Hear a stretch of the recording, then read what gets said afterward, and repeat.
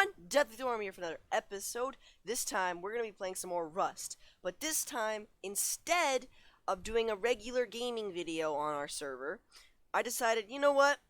Let's try something different. I gotta make some different type of content for Rust.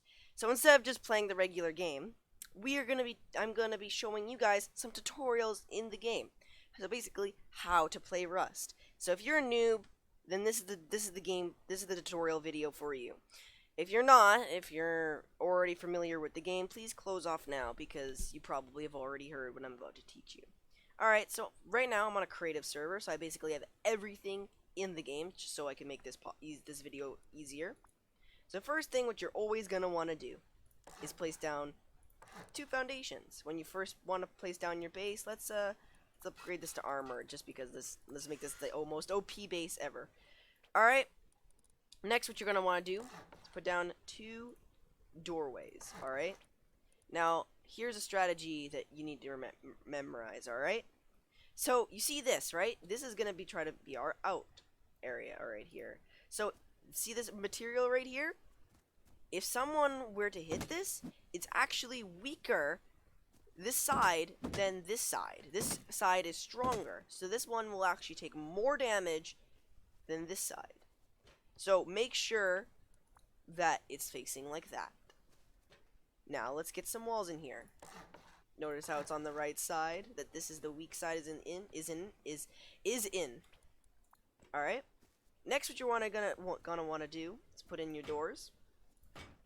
So basically, this is called an airlock. What airlocks do is to say, oh no, I'm over here, someone is shooting me. And then I get inside this base here, I open the door, and I die. So what it does is now, they can get your stuff, yes, but they can't get inside the base.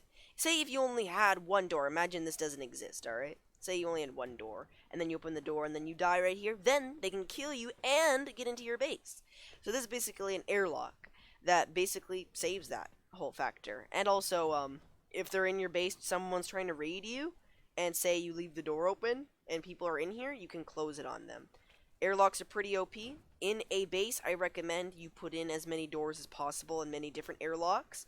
So let's say, alright, let's make this a 3x3. Alright. Now, let's make it more confusing for these people. Let's put in something that looks a little something like that. Alright? And then let's get some doors. So I'm not going to put some codes on them, but... So now this is going to be confusing because now they're not going to know which way to go. As many doors as you can possibly get means it's going to be harder for people to get into your base. Now, who's to say, instead of breaking down the doors, that you want to go somewhere, they're going to attack from somewhere else. Let's say, instead of wasting their material trying to get through the doorway, why not attack through the walls? Now that is a good question. So here is a counter to that. It is called honeycombing. So what you're going to want to do is place the foundations outside of your walls, then grab another wall and place the wall out here like that. Alright?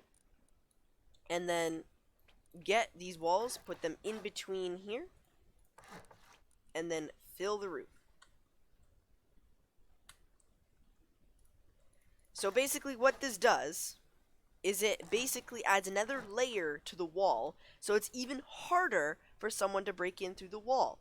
And I put this layer here so they can't move between each one. So each one is even more protective.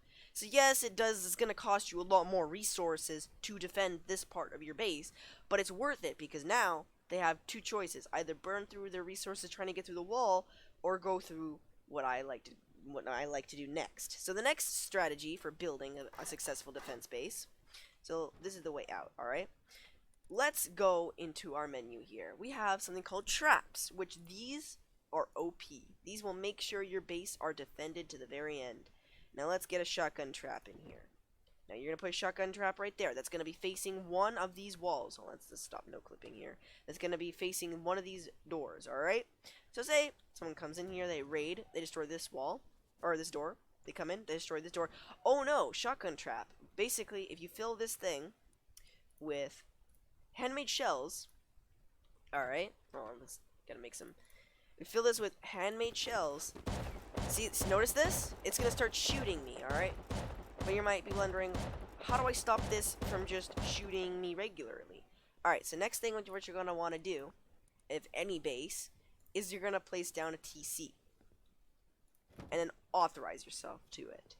So now, it will only shoot people that are authorized to the TC, instead of just shooting everybody now. So if I authorize myself to the TC, now anyone who's authorized to the TC, it will not shoot. But if some random person were to come along, here, they would die.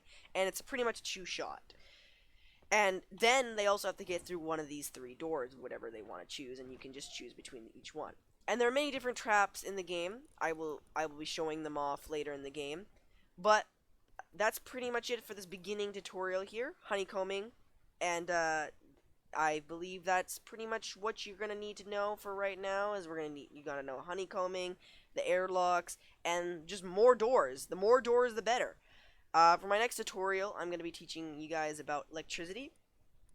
If you would like to see a different type of tutorial besides electricity, tell me in the comments. Remember to like, subscribe, and I'll see you guys next time. Remember to like for more Rust videos. I'll see you guys next time. Bye-bye.